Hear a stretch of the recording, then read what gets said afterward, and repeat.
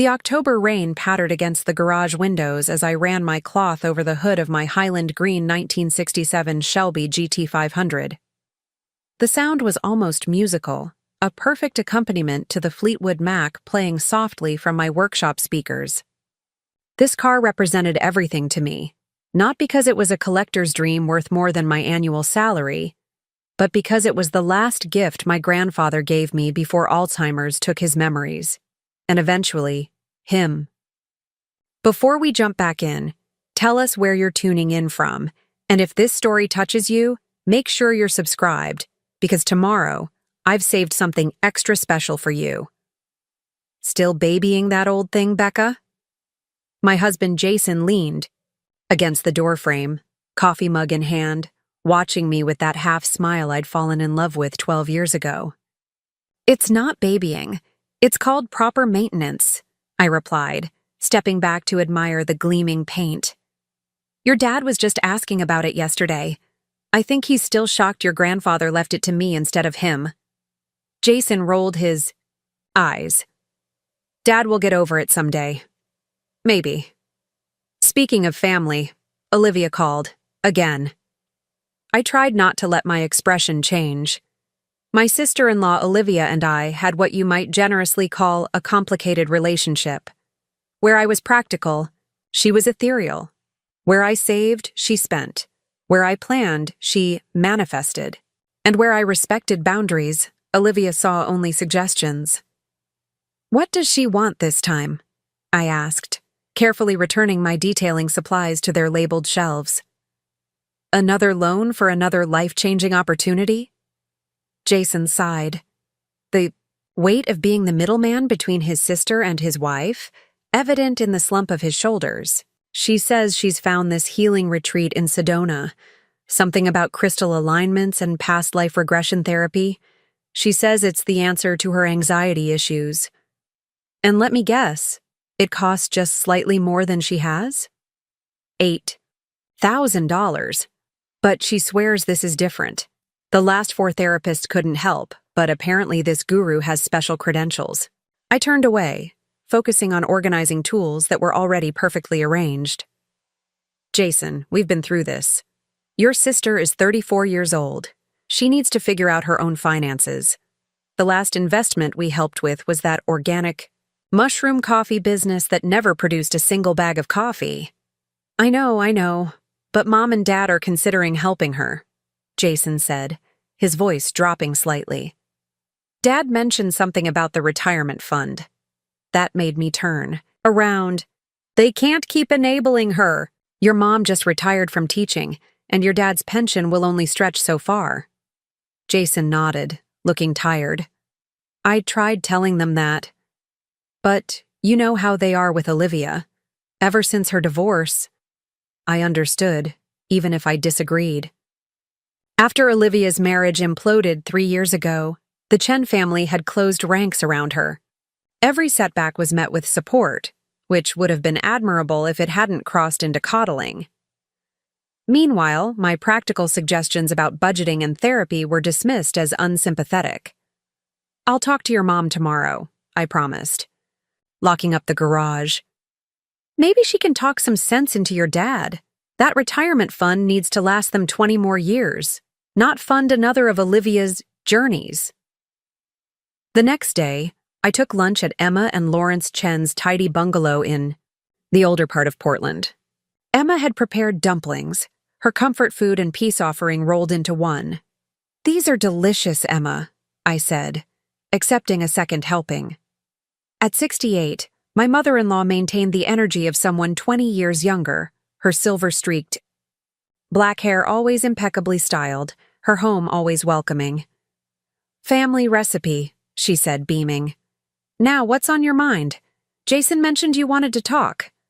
I set down my chopsticks carefully. It's about Olivia's new retreat. Jason mentioned that you and Lawrence are thinking of using retirement money to fund it? Emma's smile dimmed slightly. Lawrence wants to help her. You know how he worries. I do know. And I understand wanting to support Olivia, but this is the 5th solution in 2 years. I leaned forward, trying to find the right words.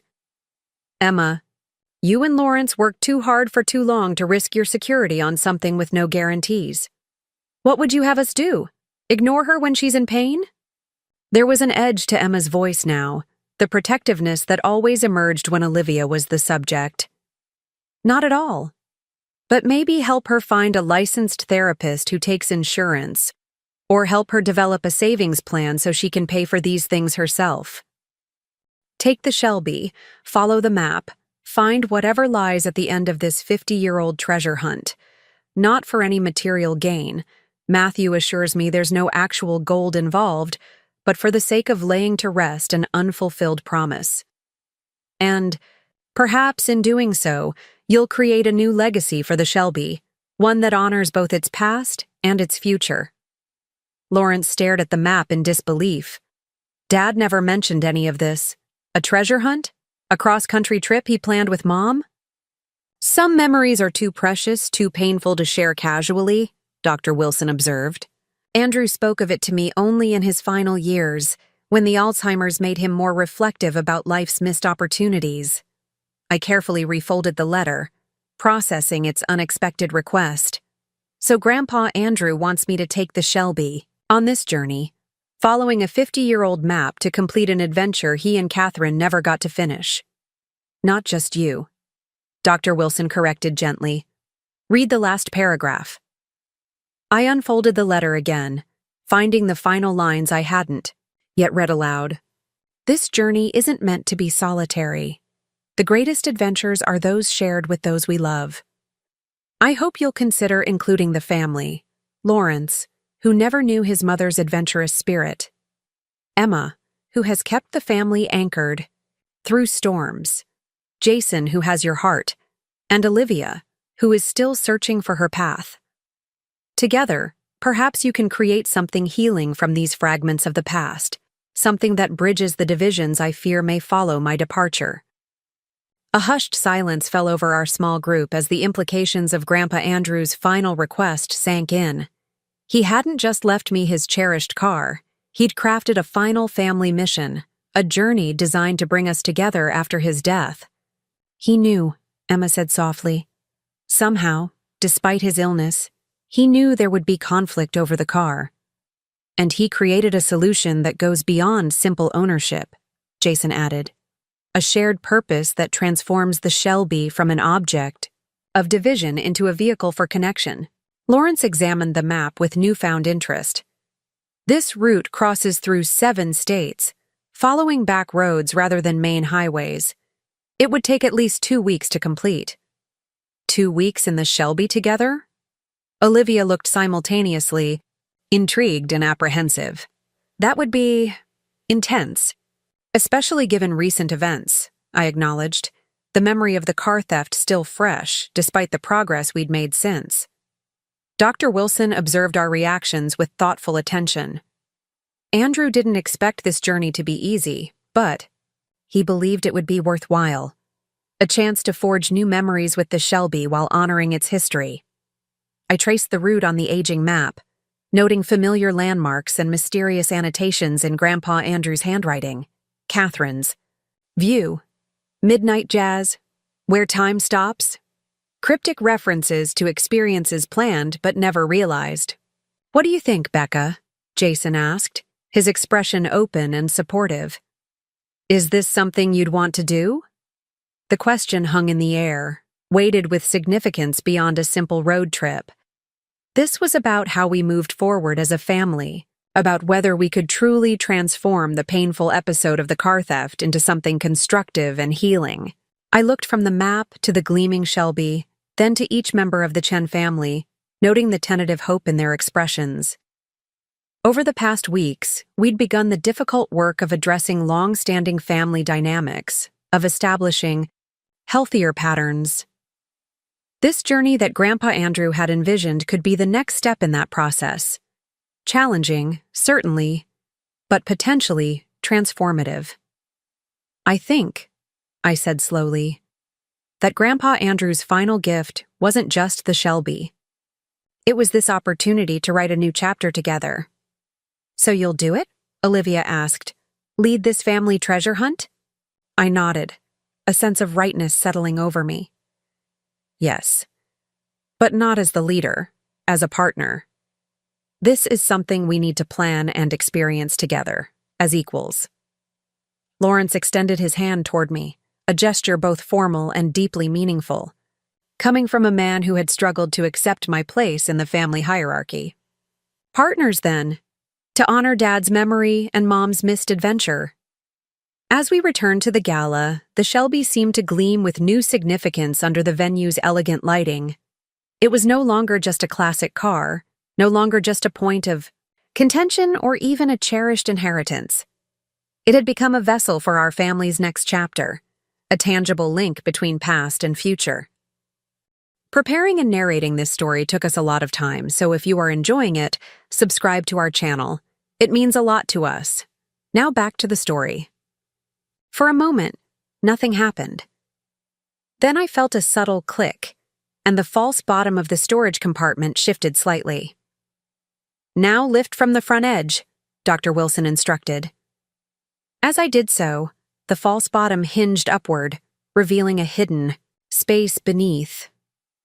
Inside lay a small, leather-bound box and an envelope yellowed with age, both bearing my name and Grandpa Andrew's distinctive handwriting. My hands trembled slightly as I lifted them out.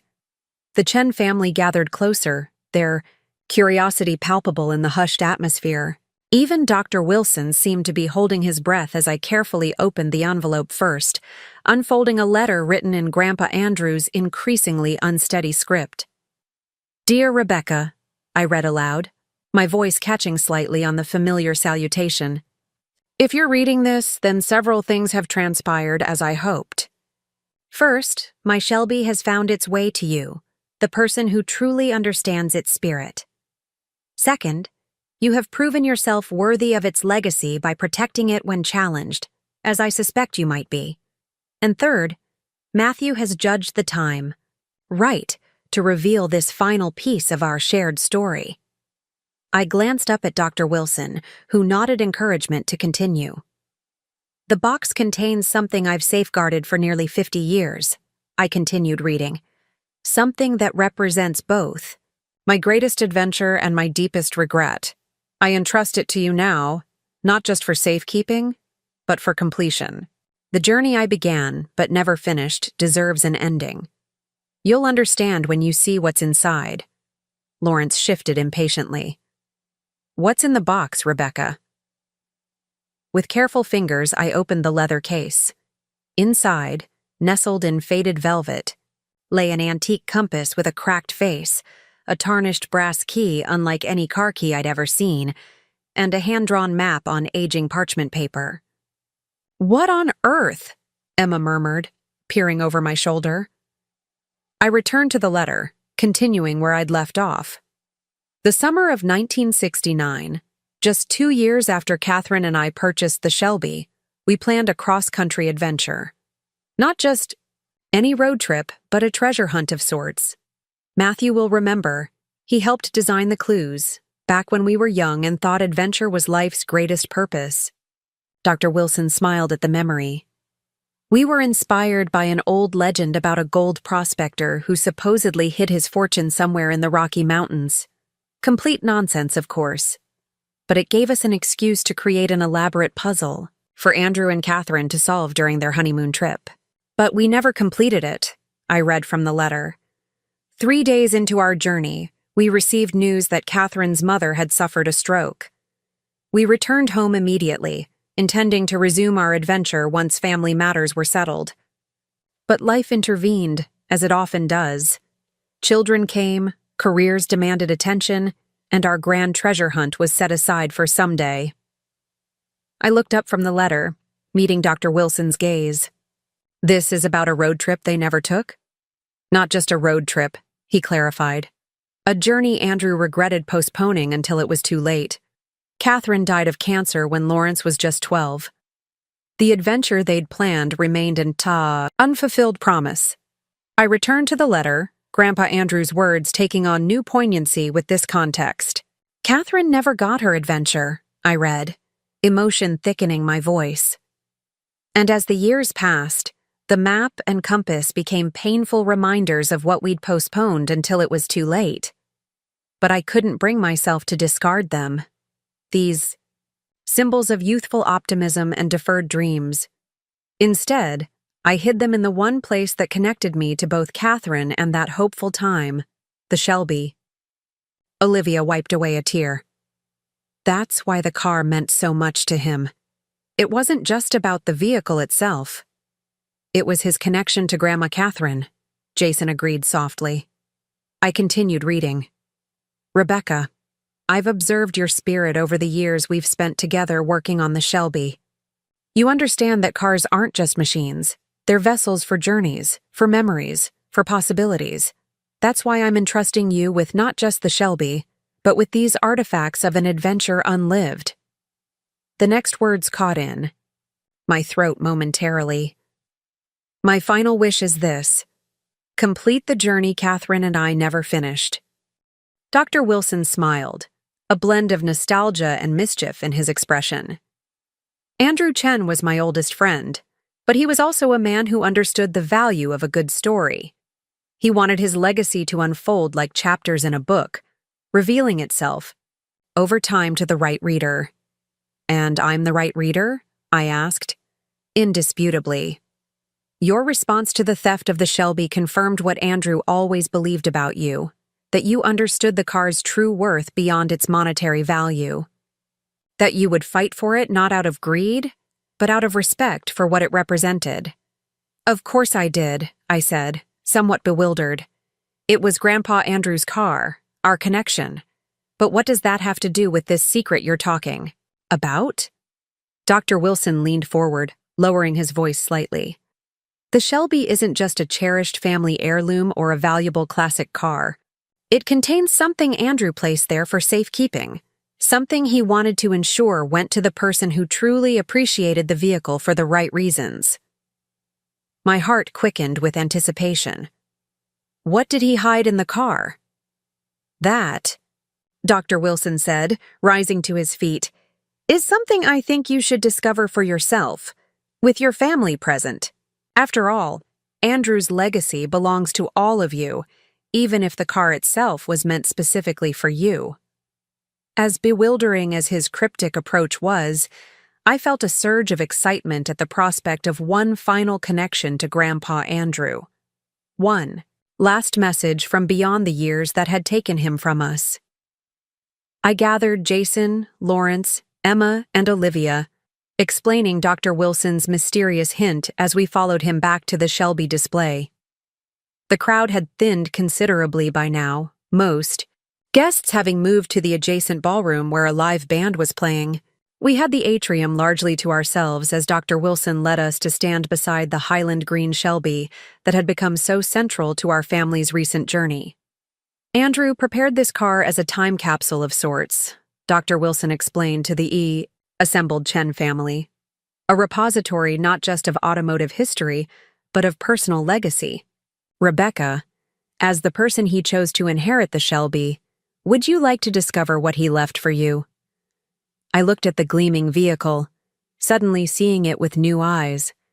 Not just a car, not just a symbol, but a vessel carrying one final message, from a man who had known his mind would fail him, but had found a way to extend his influence beyond that cruel fate. Yes, I said firmly. Show me. Dr. Wilson gestured toward the Shelby's gleaming dashboard. Andrew installed a hidden compartment beneath the center console, something he added during one of your restoration sessions together. Do you remember it? I searched my memory, recalling the countless hours spent working on the car with Grandpa Andrew. The custom storage box? I thought that was just for extra tools and registration papers. That's what he wanted everyone to think. Dr. Wilson's eyes twinkled with something like mischief. But there's a false bottom, accessible only if you know exactly how to release the mechanism. 5 pairs of eyes focused intently on me as I approached the driver's side door. With reverent care, I slid into the familiar leather seat, the scent of aged upholstery and lingering traces of Old Spice aftershave enveloping me like an embrace. My fingers found the center console latch, releasing it with a practiced motion. The visible compartment is just the beginning, Dr. Wilson explained, leaning in through the open door. Andrew showed me how to access the hidden section during one of his lucid periods. He wanted to ensure someone knew in case. He didn't need to finish the thought, in case his mind failed completely before he could pass on the secret. How do I open it? I asked, examining the seemingly ordinary storage box. There's a sequence, Dr. Wilson said. Press down on the left back corner while simultaneously sliding the right panel toward the passenger seat. With careful precision, I followed his instructions. The display tells Andrew's story beautifully, both his struggle with Alzheimer's and his passion for this remarkable vehicle. As the transport team completed their work, a staff member approached Dr. Wilson with an urgent question about the evening schedule. He excused himself, leaving Jason and me to make final adjustments to the display. I was carefully arranging the original key and the framed photograph of young Andrew and Catherine with their new Shelby when Lawrence and Emma arrived, followed shortly by Olivia. "This is wonderful, Rebecca," Emma said, taking in the display with evident emotion. "You've captured Andrew's spirit perfectly." Lawrence stood silently before the panels featuring his father's journal entries, reading them with careful attention. When he finally spoke, his voice was thick with suppressed feeling. "I never knew Dad felt this way about the car. About why he left it to you." He turned to me, his expression more vulnerable than I'd ever seen it. "I always thought it was a rejection of some kind, or confusion from his illness. But it was deliberate. He saw in you something he valued deeply." "A kindred spirit," I suggested gently. "Someone who understood what the car meant to him beyond its monetary value." Lawrence nodded slowly. "I wish I'd understood that sooner. Before—" He trailed off, unwilling to directly reference the theft. "We're understanding it now," I said. "That's what matters." Dr. Wilson returned then, accompanied by a professional photographer who wanted to capture images of the display before guests began arriving. As we stepped aside to give them room to work, Dr. Wilson pulled me aside. "Rebecca, there's something I've been meaning to discuss with you," he said, his tone suggesting importance. "About Andrew's Shelby. There's more to the story than you might realize. Something Andrew asked me to share with whoever inherited the car, but only after they had proven themselves worthy of the responsibility." I stared at him, startled by this unexpected development. "What do you mean?" "Not here," he said, glancing around at the increasing activity in the atrium. "During a quieter moment this evening. It's something Andrew wanted handled discreetly." Before I could press for more information, he was called away again, leaving me with a swirl of questions. What more could there be to know about the Shelby? What test of worthiness had I passed in Dr. Wilson's estimation? The gala itself was a glittering success. Elegantly dressed donors mingled with medical researchers and Alzheimer's advocates, the atmosphere both festive and purposeful.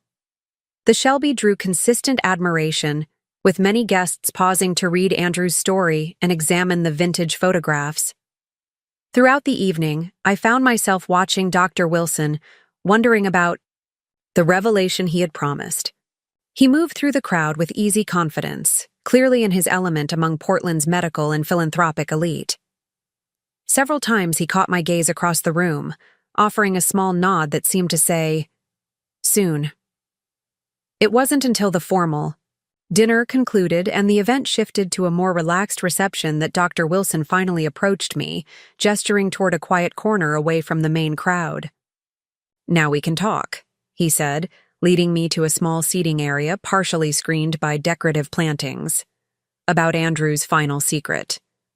"You're being very mysterious," I observed, curiosity mingled with a touch of impatience. "What is this about?" "About tomorrow. About everything that's happened since your parents took the Shelby." Jason nodded understanding. "It's been a hell of a ride, hasn't it?" And I don't just mean the car. The observation coaxed a smile from me. That's one way to put it. Are you ready for tomorrow? He asked, leaning against the workbench. I think so. The car's perfect. The display materials are ready. I've even found a dress that complements the Shelby's Highland Green, Jason chuckled. Only you would coordinate your outfit with your car. It's an important detail, I protested with mock indignation. Everything needs to work together visually. The architect in you never rests. His smile faded slightly as he studied my face. But that's not really what's keeping you up, is it? I sighed, knowing he could read me too well after 12 years of marriage. I keep thinking about what comes after the gala.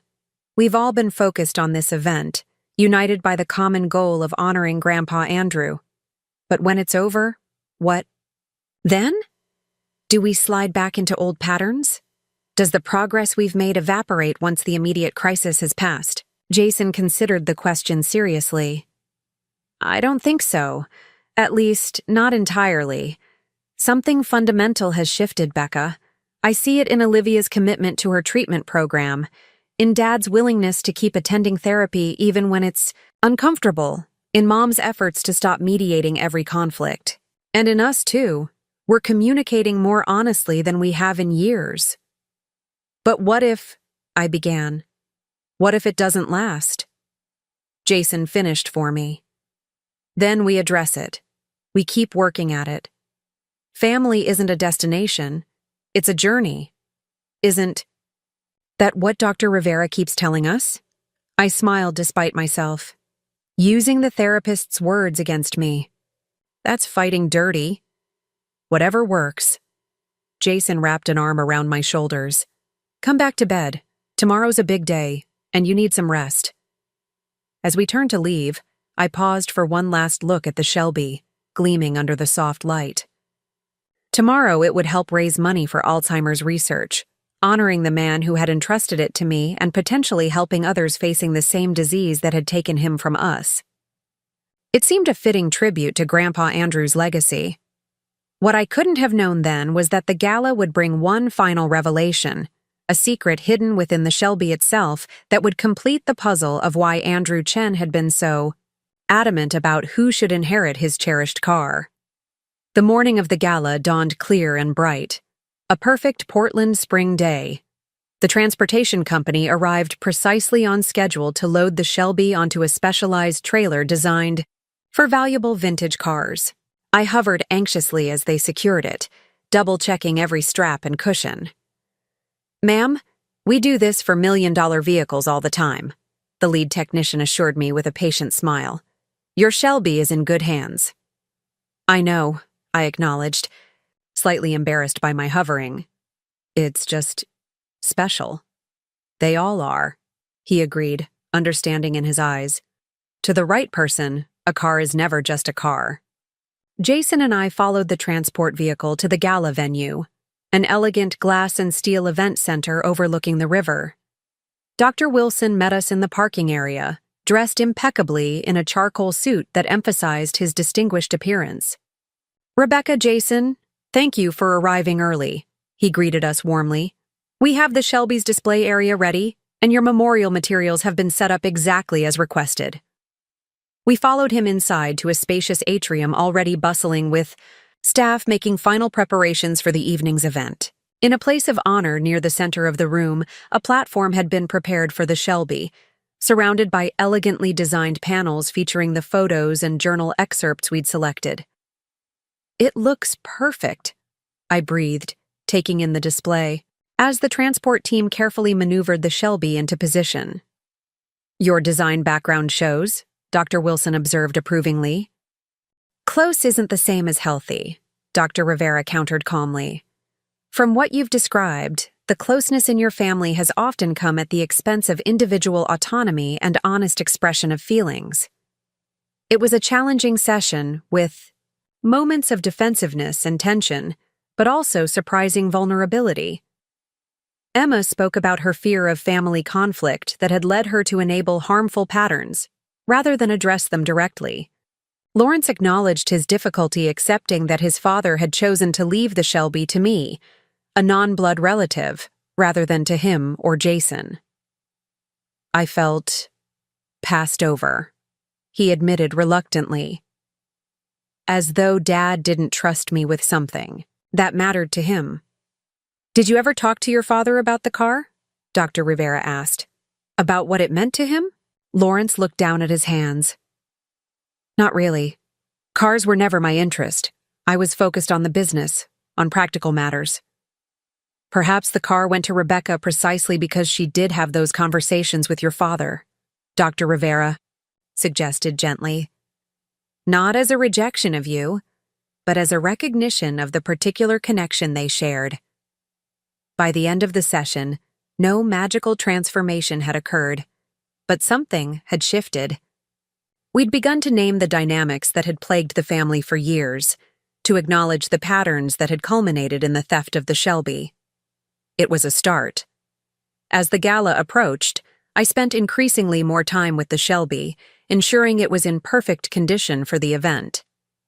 One evening, as I was polishing its chrome details, Megan stopped by to see the progress on the display materials we'd been designing together, elegant informational panels that would accompany the car and Andrew's memorabilia. This is really coming together, she remarked, reviewing the design mock-up spread across my workbench. The story of your grandfather-in-law, his friendship with Dr. Wilson, his journey with Alzheimer's. It's powerful stuff, especially with excerpts from his journals. It feels right, I agreed, stepping back to survey our work. Honoring not just the car, but the man who loved it, making something meaningful out of what started as a terrible violation. Megan gave me a sideways glance. And how are things with the family? Any backsliding after the initial crisis passed? Surprisingly, no. The therapy sessions are tough. Last week, Lawrence actually walked out halfway through, but everyone keeps coming back. And Olivia, I shook my head in continued amazement. She's 3 weeks into her treatment program and actually sticking with it. Got a second job waiting tables to supplement her income since she's refused further financial support from her parents. Wow. Megan looked genuinely impressed. That's a major turnaround. It is, though I'm still cautious about getting too optimistic. Old patterns have a way of reasserting themselves under stress. Megan nodded, understanding. Speaking of stress, are you nervous about the gala?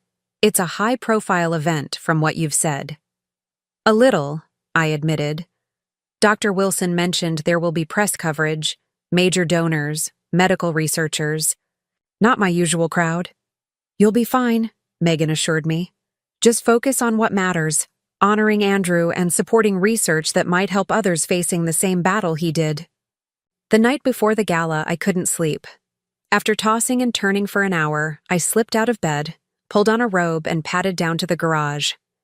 The Shelby waited in the darkness, its silhouette familiar and comforting. I switched on a single lamp, casting a warm glow over the vehicle that had become so central to our family's recent journey. Tomorrow, it would be the centerpiece of a prestigious charity event, admired by strangers who would never understand all it represented. Not just a classic car, but a complex web of family relationships, painful growth, and tentative healing. I ran my hand along its flank, the cool metal grounding me in reality. Couldn't sleep either? Jason's voice came from the doorway, making me start slightly. Too many thoughts, I explained as he joined me beside the car. He saw it as a status symbol, a collector's item. You saw it the way Grandpa did, as something alive, with a history and a spirit. The validation from such an unexpected source, Olivia, who had previously been jealous of my connection with her grandfather, felt like the closing of a circle somehow. We continued through the journals, finding more passages about the Shelby, about Dr. Wilson's research program, about Grandpa Andrew's hopes for his family after he was gone.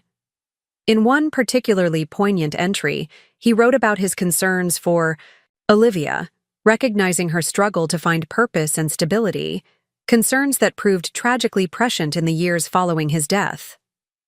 I worry about Olivia. Olivia read, her voice barely above a whisper. She's searching for something, but looking in all the wrong places. Lawrence and Emma indulge her too much, trying to make up for their own rigidity in other areas. What she needs isn't more freedom but more guidance, not control, but mentorship. I won't be here to provide it. I hope someone will. She looked up at me, eyes shining with tears. He saw it all. Even then, the patterns, the enabling, everything. That led to where we are now. I reached across the table, covering her hand with mine. He was a very observant man, even as his memory was failing. And I proved him right, Olivia said bitterly, flitting from one thing to another, never committing, using Mom and Dad's support as a crutch instead of a stepping stone. But you're changing that now, I reminded her. Getting real help, taking responsibility. He would be proud of that. The moment was interrupted by the arrival of Jason, returning from his morning run. He paused in the doorway, taking in the scene. The scattered journals, Olivia's tear-streaked face, my hand covering hers across the table. "Did I miss something important?" he asked cautiously. "Just discovering that your grandfather was even wiser than we gave him credit for," I explained, withdrawing my hand. "These journals are incredible, Jason. They're going to make the gala display so much more meaningful." Over the next several weeks, preparations for Dr. Wilson's fundraising gala intensified. I coordinated with his staff about the logistics of transporting and securing the Shelby, while also working with the Chen family to create the memorial display. True to her word, Olivia brought the journals, allowing us to select passages that captured Andrew Chen's spirit and his journey with Alzheimer's. Emma contributed photographs I'd never seen before. Andrew and Catherine with the brand new Shelby, Andrew teaching a young Lawrence to check the oil, Andrew and Dr. Wilson at their college graduation. Lawrence, meanwhile, seemed to be processing his own complicated feelings about his father's legacy. One evening, he arrived at our house unexpected, carrying a cardboard box. "I found these in the attic," he explained as Jason invited him in. "Dad's tools, the ones he used when working on the Shelby. I thought maybe you might want them for your garage, Rebecca. They should stay with the car." The gesture, small, but meaningful, suggested that Lawrence was finally beginning to accept his father's decision to leave me the Shelby. When I opened the box to find meticulously maintained tools, some dating back to the 1960s, I felt another piece of the family puzzle falling into place. Our first family therapy session took place 2 weeks before the gala. The therapist, Dr. Rivera, was a no-nonsense woman in her 50s who specialized in family dynamics and inheritance disputes. She made it clear from the outset that healing would require honesty from all parties, even when that honesty was uncomfortable. "What I'm hearing," she said after our initial explanations about the car theft and its aftermath, "is a family system where boundaries have been routinely violated, resentments have festered beneath the surface, and communication has been indirect, at best." The incident with the car didn't create these problems. It merely exposed them. Lawrence shifted uncomfortably in his chair. "That seems rather simplistic. Our family has always been close." "These are Grandpa's journals," she said, placing the satchel carefully on our dining table. "There are 7 of them, covering the period from his initial diagnosis until about 6 months before he died, when the writing became too difficult for him." I opened the satchel reverently, finding inside a collection of bound notebooks, each labeled with dates in Andrew Chen's precise handwriting. The sight of it, so familiar from birthday cards and Christmas tags over the years, brought an unexpected lump to my throat. "I've never read them all the way through," Olivia admitted as I removed the first journal. "I started to once, but it felt too overwhelming. All those memories slipping away from him, documented in his own hand." I nodded in understanding. Bearing witness to someone's cognitive decline was difficult enough. Reading their own account of it would be heart-wrenching. "Maybe we should read them together," I suggested, setting the journal on the table between us. It might be easier that way. Olivia's relief was palpable. I'd like that. For the next several hours, we pored over Andrew Chen's journals, taking turns reading passages aloud. The early entries were remarkably lucid, detailed accounts of his life, stories from his youth, reflections on his marriage and career. As the journals progressed, the handwriting became less steady, the narratives less linear, sometimes repeating or trailing off mid-thought. But throughout all the journals, one subject appeared consistently: the Shelby. I took the Mustang out today, I read from the third journal, dated about a year after his diagnosis. Drove along the coast highway, windows down, feeling young. Again. These moments of clarity are precious now. Behind the wheel, everything makes sense for a little while. The doctor says I should stop driving soon, but I'm not ready yet. Not while I still remember the way. Olivia wiped away a tear. He loved that car so much. It wasn't just the car, I realized, flipping through more entries. It was what it represented to him. Freedom, control, connection to his younger self. As we continued reading, a clearer picture of Andrew Chen emerged, not just the dignified patriarch I'd known in his final years, but a complex man with passions, regrets, and a fierce determination to preserve his autonomy, even as his mind betrayed him. Listen to this, Olivia said, reading from the fifth journal.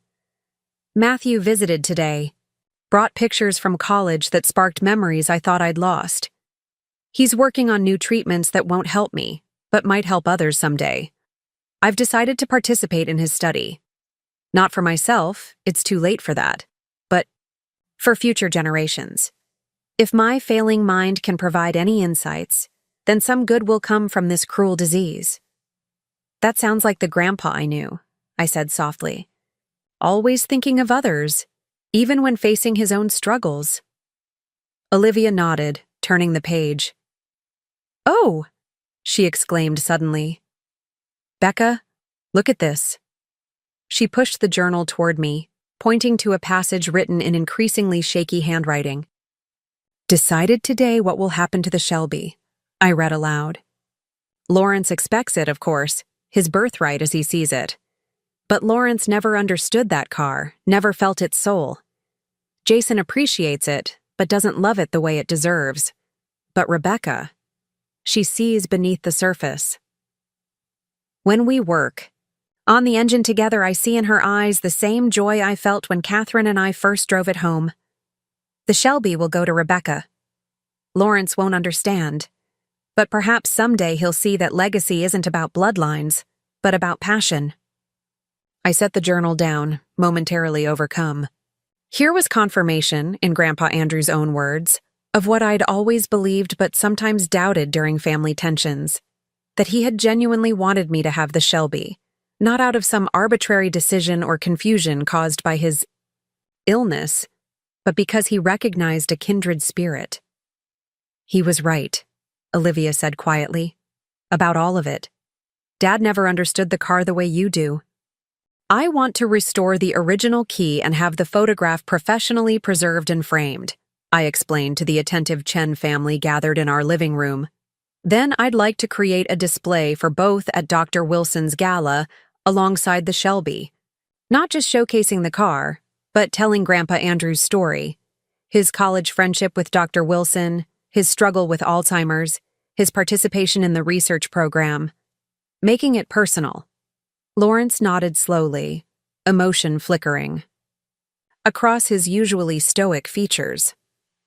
Dad would have appreciated that. He never wanted recognition for himself, but he believed deeply in supporting medical research. And I think it would be meaningful if we all contributed something to the display, I continued. Photos, memories, stories that show who Andrew Chen was beyond his diagnosis. A celebration of his whole life, not just his final chapter.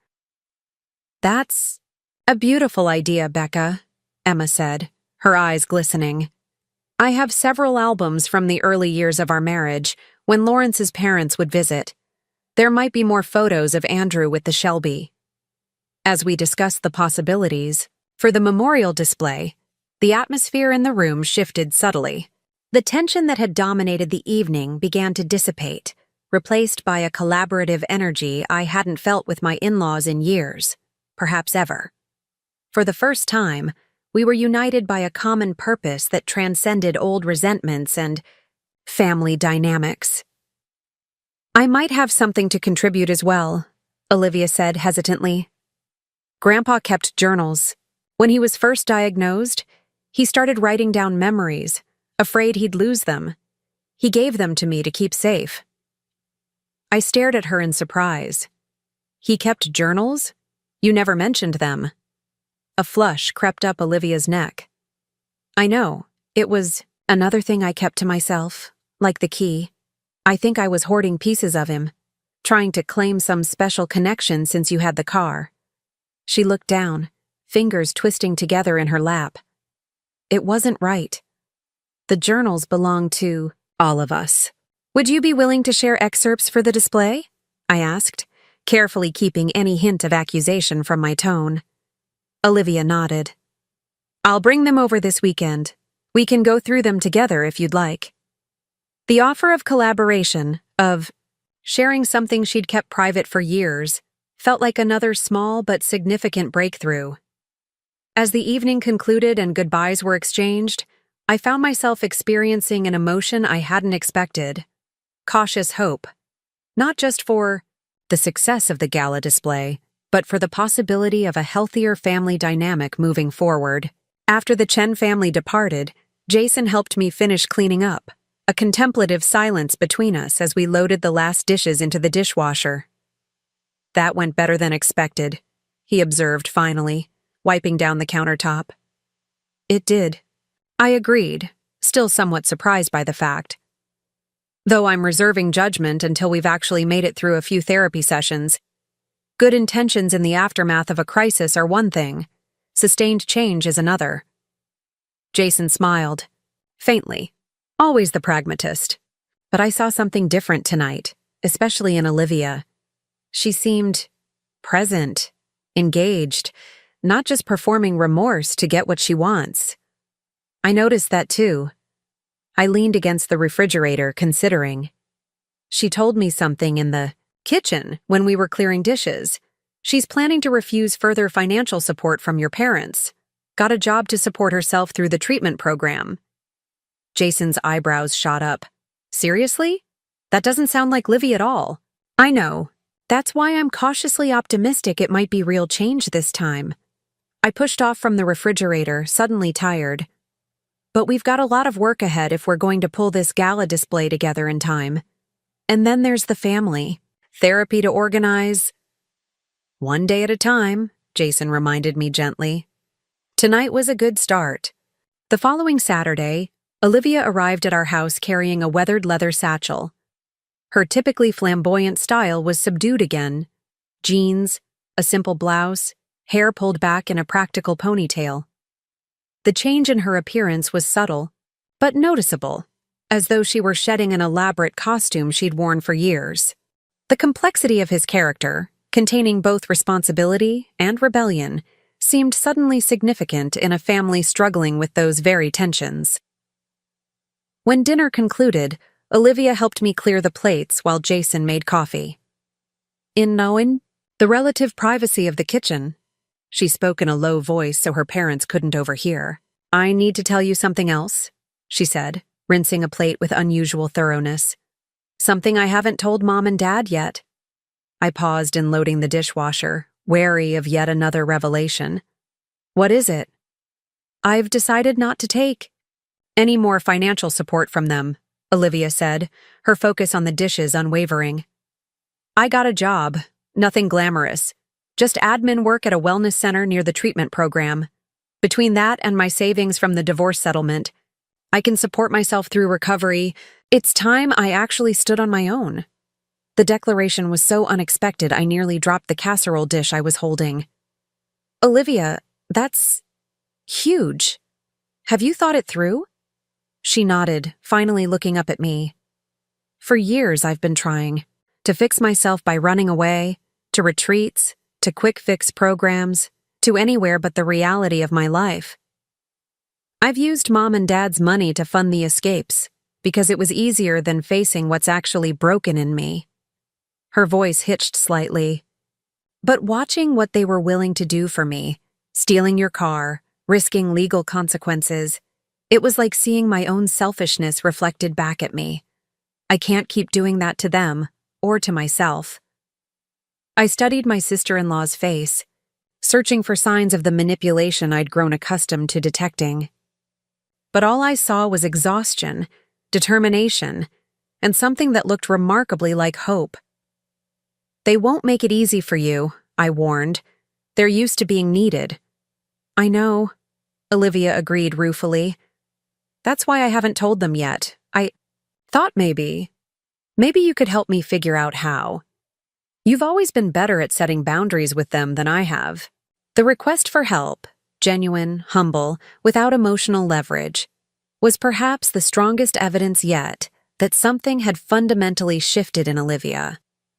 For the first time since I'd known her, she was asking not for financial support or emotional coddling, but for guidance on becoming more independent. We'll figure it out together, I promised, surprising myself with the sincerity of the offer. Maybe we can talk about it in one of the family therapy sessions. Olivia's smile was small but genuine. I'd like that. As we returned to the dining room with coffee and the apple crisp Jason had prepared for dessert, I found myself observing the Chen family with new eyes.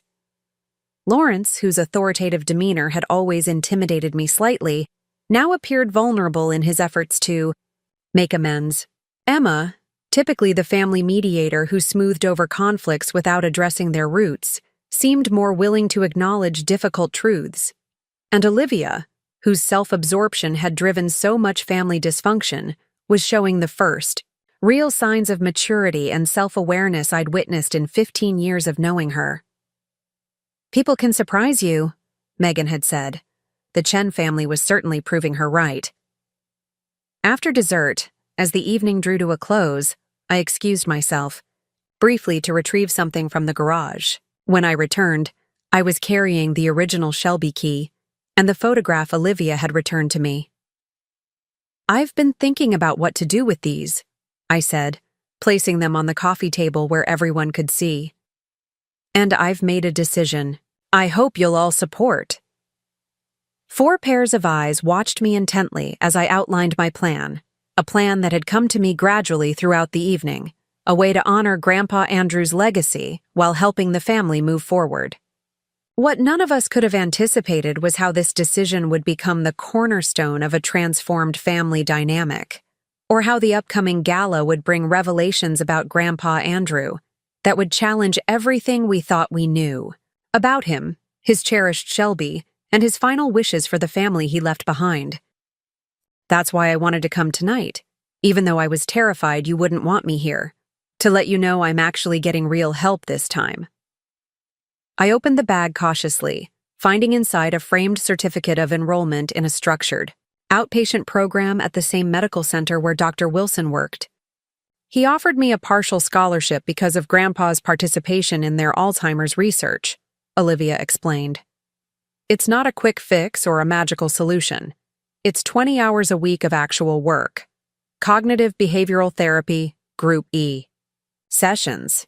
Life skills training. And I've committed to it for at least 6 months. The revelation stunned me into momentary silence. Of all the possible outcomes of the car theft, Olivia pursuing legitimate treatment hadn't even made my list of possibilities. That's wonderful, Olivia, I managed finally. A really positive step. Part of what made me decide to do it was something Dr. Wilson said after you left, she continued, addressing me directly. He asked me what I thought Grandpa Andrew would want for his family now, not just for his car or his material possessions, but for the people he loved. And I realized he'd be heartbroken to see what we've become, how Dad and I have clung to resentment over the car, how Mom and Dad have enabled my worst tendencies, how I've used everyone's love as a crutch instead of motivation to actually get Better. Her honesty left me speechless. This wasn't the Olivia I'd known for 15 years, the master of deflection and emotional manipulation. This was someone new, or perhaps someone who had been buried beneath layers of dysfunction for too long. Dr. Wilson seems to have had quite an impact on all of us, I observed, trying to process this unexpected turn. Actually, Lawrence interjected hesitantly, there's something about Dr. Wilson that we haven't told you yet. Something that might explain his particular interest in our family situation. Emma reached for her husband's hand, a silent gesture of support. Dr. Wilson was more than just the physician overseeing Dad's experimental treatment, Lawrence continued. He was Dad's roommate in college. They maintained a friendship for decades, though they'd lost touch somewhat until Dad's diagnosis brought them back into contact. Wait. Jason leaned forward, confusion evident in his expression. Dr. Wilson was Grandpa's friend? Why wouldn't he mention that when we met? Because Dad asked him not to, Lawrence explained. Dad was a proud man, as you know. When he learned his diagnosis, he reached out to Matthew, Dr. Wilson, who was already doing pioneering work in Alzheimer's research. Dad agreed to participate in the experimental treatment, but he made Matthew promise to keep their personal connection private. He didn't want special treatment or pity. And when Dad died, Lawrence continued, his voice thickening slightly, Matthew respected his wishes by maintaining his distance from the family. It wasn't until the Shelby came on his radar that he found a way to reconnect without breaking his promise. The revelation added yet another layer to an already complex situation. So Dr. Wilson buying the car wasn't just about being a collector, I said slowly. It was about reclaiming a connection to his old friend. Precisely, Emma confirmed, though he certainly didn't expect to be purchasing it under such controversial circumstances. An awkward chuckle rippled around the table, the tension beginning to dissolve into something approaching normal family dinner conversation. As we ate, Lawrence began sharing stories about Grandpa Andrew and Dr. Wilson's college days, tales I'd never heard before, glimpses of a younger, carefree Andrew Chen that contrasted sharply with the serious, sometimes stern man I'd known. They once borrowed the college president's car for a joyride, Lawrence recalled, a rare smile softening his features. Dad never admitted it, but Matthew told me they returned it with the radio permanently tuned to a classical music station. The president was apparently furious, but could never prove who did it. So, Grandpa had a rebellious streak, Jason laughed. I never would have guessed. More than a streak, Lawrence acknowledged. According to Matthew, Dad was the daredevil of their friend group. The Shelby wasn't just a car to him.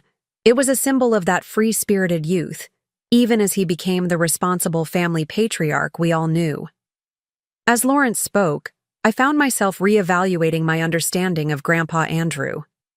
The man who had taught me about cars with methodical patience, who had valued order and precision, had also been a college prankster, a risk-taker, a young man with a love for speed and adventure.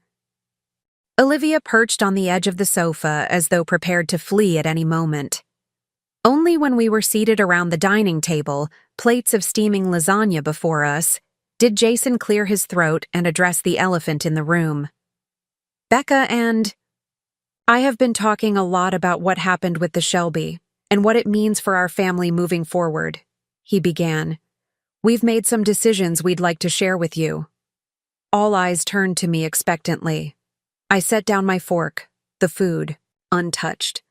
First, I've decided not to pursue the police report, I said, watching relief wash over Lawrence and Emma's faces. Not because what happened wasn't serious. It was. But because I believe there might be a better path forward for all of us. Thank you, Rebecca, Lawrence said, his voice uncharacteristically humble. That's more generous than we deserve. It's not about generosity, I clarified. It's about what would actually help heal this family. But dropping the report comes with conditions. Emma glanced at her husband nervously. What kind of conditions? First, I want complete transparency about Grandpa Andrew's involvement in the Alzheimer's treatment program. I want to know everything. When it started, what it involved, why none of us were told. Lawrence nodded slowly. That's fair. It's a complicated story, but you deserve to know it all. Second, I'm planning to display the Shelby at Dr. Wilson's fundraising gala next month, and I'd like the entire family to attend, not just to support the cause, but as a public statement that we're unified in honoring Grandpa Andrew's legacy. Of course, Emma agreed quickly. We'd be honored to attend. Third, I continued, my gaze shifting to Olivia, I want us to address the pattern that led to this situation in the first place, the financial enabling, the lack of boundaries, the resentments that have built up over years. Olivia fidgeted with her napkin. You mean me, my problems. I mean all of us, I corrected. The dynamics we've all participated in, which is why my final condition is that we commit to family counseling. Not just once or twice, but regularly, for at least 6 months. Silence fell over the table. Family therapy would require vulnerability, honesty, and a willingness to change, qualities the Chen family had not historically embraced. Lawrence's jaw tightened almost imperceptibly. I know it's uncomfortable, Jason interjected, reaching for my hand across the table. It will be for all of us. But I think it's necessary if we want to move forward as a family, instead of just papering over the cracks until the next crisis.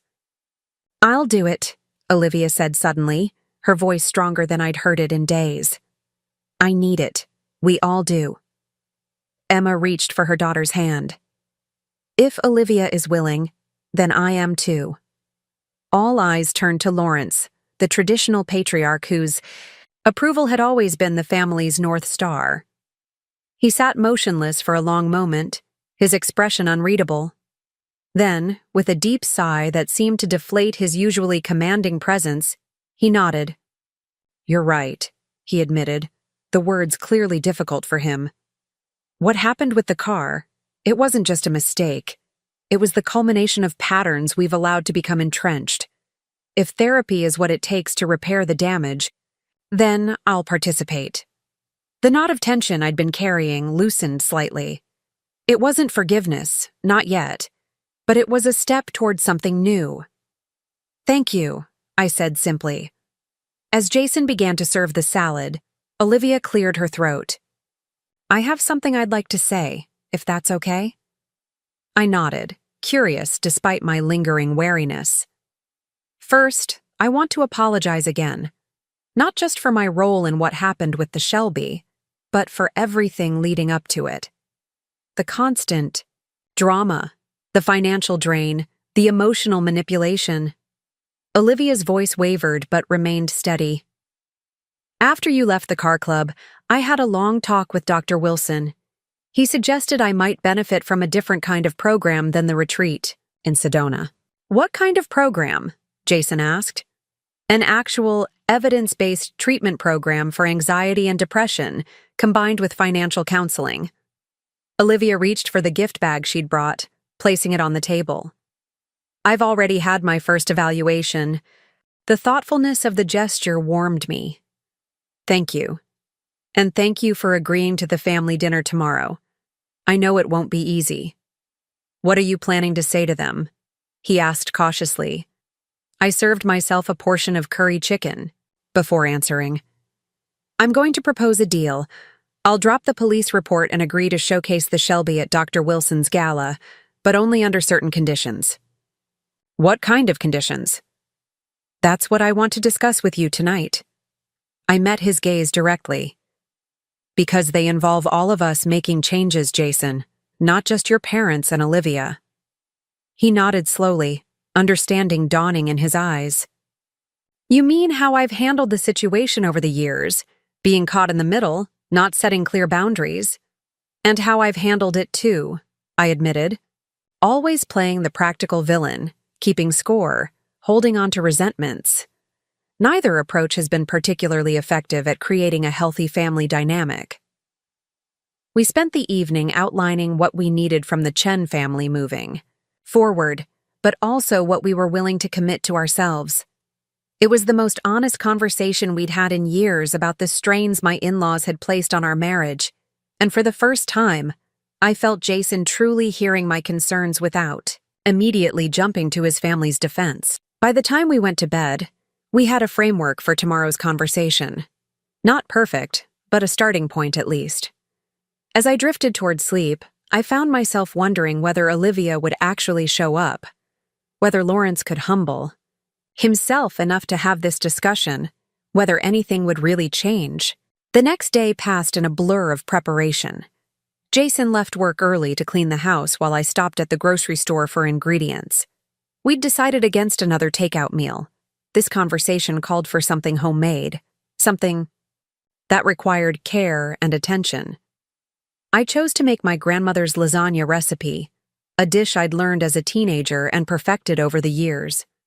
Comfort food for an uncomfortable conversation. I was layering cheese when Jason announced from the living room, "They're here." Taking a deep breath, I wiped my hands on a kitchen towel and prepared to greet my in-laws for the first time in our home since the theft. Lawrence entered first, his posture stiff, but his expression humbled in a way I'd never seen before. Emma followed, carrying a bouquet of lilies, my favorite flowers, though I couldn't recall ever telling her that.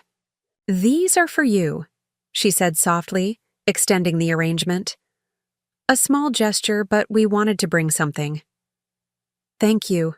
I accepted the flowers, their fragrance momentarily grounding me. "They're beautiful." Olivia entered last, hanging back slightly, her usual bohemian flair subdued in simple jeans and a navy sweater. She carried a small gift bag that she clutched like a lifeline. "Thank you all for coming," Jason said, his voice warm but formal as he guided everyone to the living room. "Can I get anyone a drink before dinner?" As Jason handled the drinks, I returned to the kitchen to finish dinner preparations, needing a few moments to collect myself. Through the pass-through window, I could see the Chen family seated awkwardly in our living room, the conversation stilted and careful. Lawrence examined his water glass with unusual intensity. Emma smoothed non-existent wrinkles from her skirt. They looked so happy, so unaware of the challenges life would bring, his eventual battle with Alzheimer's, her early death from cancer, the family tensions that would shadow their legacy. The key felt substantial in my palm, its aged metal carrying decades of history. Back in the kitchen, coffee in hand, I pulled out Dr. Wilson's business card. His proposal about the fundraising gala tugged at my thoughts. The idea of showcasing the Shelby at an event supporting Alzheimer's research felt right somehow, a way to honor Grandpa Andrew's memory and his participation in the experimental treatment program. But it would also mean engaging with the Chen family again, navigating still raw emotions. My phone chimed with a text message from Megan, my closest friend and colleague at the architecture firm. "How did yesterday go? Car recovered? Family intact?" I sent a quick reply. "Car back. Family. Complicated. Coffee later? Your office, 10 a.m. I'll bring pastries." With a plan in place, I moved through my morning routine, careful not to wake Jason. We'd talked late into the night, processing the revelations about his grandfather's treatment program, Olivia's unexpected accountability, and the question of whether to pursue the police report. Jason had been uncharacteristically firm about supporting whatever decision I made, but I could see the relief in his eyes when I mentioned considering dropping the charges. Despite everything, these were his parents, his sister. Family ties ran deep. At work, I buried myself in blueprints and client emails until Megan arrived, bearing promised pastries and an expectant expression. "Spill," she commanded, settling into the chair across from my desk and sliding a chocolate croissant toward me. The complete saga of the stolen Shelby. I recounted the events of the past 2 days, watching Megan's expressions shift from outrage to disbelief to cautious optimism as the story unfolded. "Let me get this straight. she said when I'd finished. Your in-laws stole and sold your car to fund your sister-in-law's woo-woo retreat, but the buyer turned out to be a doctor who knew your grandfather-in-law, offered to return the car immediately, and invited you to showcase it at a charity gala. Meanwhile, your typically self-absorbed sister-in-law had an actual moment of self-awareness and returned a key and photo she'd been hiding for 3 years. That about covers it, I confirmed, breaking off a piece of croissant. That's not a family drama, Becca. That's a Lifetime movie waiting to happen. Megan shook her head in amazement. So, what are you going to do? About the police report? The gala? All of it? I sighed, leaning back in my chair. That's the million-dollar question. The lawyer in you probably thinks I should pursue charges, right? Make sure there are consequences. Megan, who'd completed law school before switching to architecture, considered the question seriously. The lawyer in me recognizes that a crime was committed, yes. But the friend in me knows it's more complicated than that. They're your family. And it sounds like there might be a path toward actual change and healing here. That's what I keep coming back to. If Olivia is genuinely taking responsibility for once, if this could be a turning point for how the Chen family functions, I trailed off uncertain. Then maybe legal consequences aren't the most constructive approach, Megan finished for me. But you'd need assurances that boundaries will be respected moving forward, and probably some serious family therapy. I laughed despite myself. Can you imagine Lawrence Chen in therapy? The man thinks showing any vulnerability is a moral failing. People can surprise you, Megan pointed out. Your sister-in-law already has. The observation lingered with me throughout the day, through client meetings and design consultations. People can surprise you. Olivia certainly had. Was it possible that her moment of clarity represented a genuine turning point? And if so, what responsibility did I have to nurture that potential growth rather than shut it down? By late afternoon, I'd made a decision, or at least the outline of one. I texted Jason to let him know I'd be home around 6 and asked if he'd be willing to invite his parents and Olivia for dinner the following evening. His response was immediate. Really? Are you sure? No, I replied honestly. But it's a necessary step, and I need you to back me up whatever happens. Always, came his response, followed by, I'll make the calls. When I arrived home, Jason was waiting in the kitchen, the island countertop covered with takeout containers from our favorite Thai restaurant. I figured you wouldn't want to cook tonight, he explained, unpacking spring rolls and pad thai. Not with everything going on. With hands that had begun to tremble slightly, I opened the smaller envelope. Inside was a vintage key on a tarnished silver keychain, engraved with the Shelby Cobra emblem. Attached to the keychain was a small, weathered photograph. Grandpa. Andrew standing proudly beside his brand-new Shelby in 1967, his arm around a young woman I recognized as his wife, Catherine, who had died long before I joined the family. It's the original key, I whispered, tears blurring my vision. And the photo from when he first bought the car. Jason reached out, touching the photograph reverently. I've never seen this picture of Grandpa and Grandma together. Mom always said there weren't many photos left from that time. I turned the key over in my palm, feeling its weight, not just the physical heft of metal, but the emotional significance of what it represented. A final gift from Grandpa Andrew, withheld by Olivia's jealousy, but finally delivered when her conscience could no longer bear its burden. She kept this from you for 3 years, Jason said, his tone unreadable, and then returned it when she realized how far things had gone. I tucked the key and photo carefully back into the envelope. People are complicated, Jason. Even Olivia. We sat in silence for a long moment, the implications of the day's revelations settling around us like dust after an earthquake. Everything had shifted.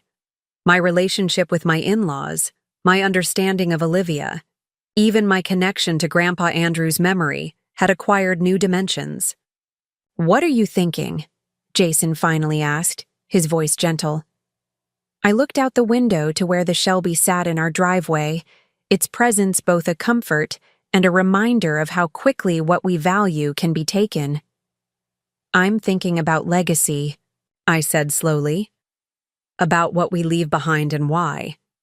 Grandpa Andrew left me that car because we shared something special.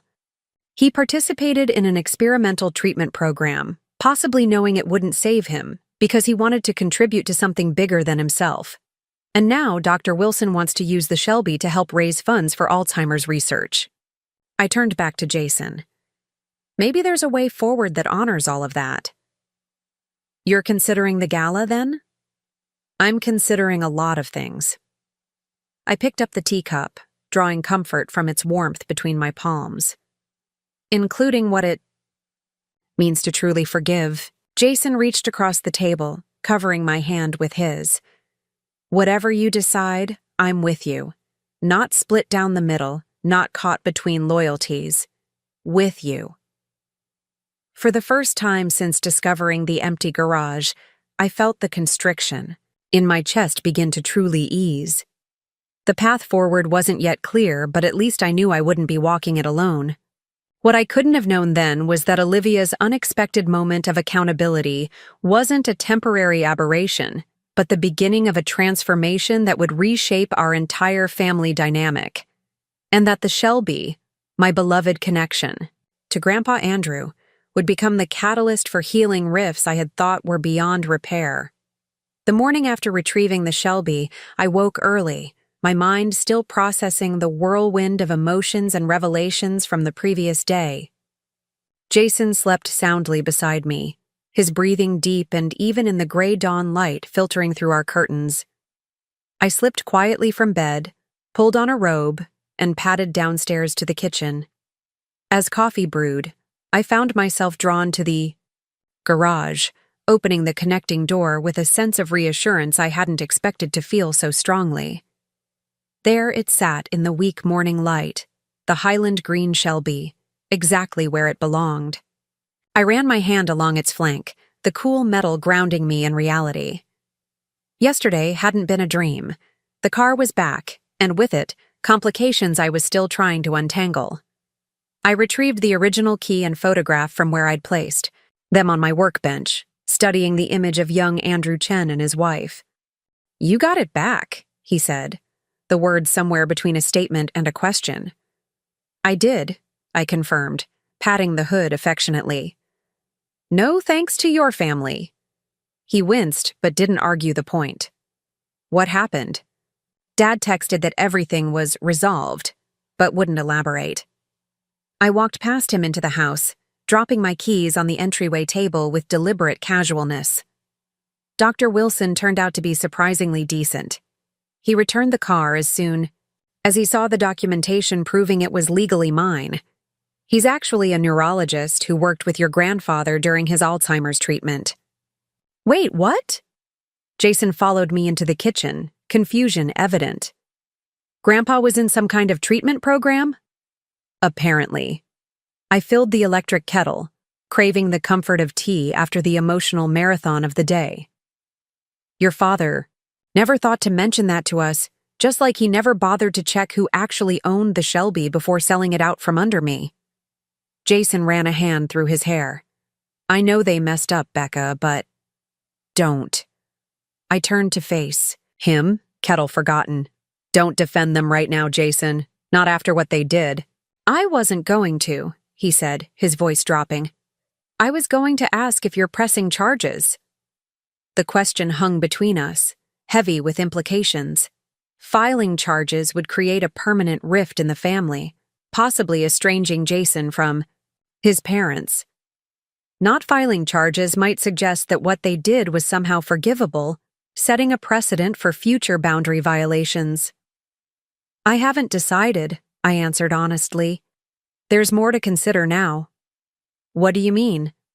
I recounted the conversation at the car club, Dr. Wilson's request about the gala, and more surprisingly, Olivia's unexpected moment of clarity and accountability. "Olivia said that?" Jason looked genuinely shocked. "That doesn't sound like her at all." I know. It threw me completely. I resumed making tea, the familiar ritual helping to order my thoughts. She also gave me this. I retrieved the envelope from my portfolio, turning it over in my hands. Said I should open it when I'm alone. Jason eyed the envelope warily. That's cryptic.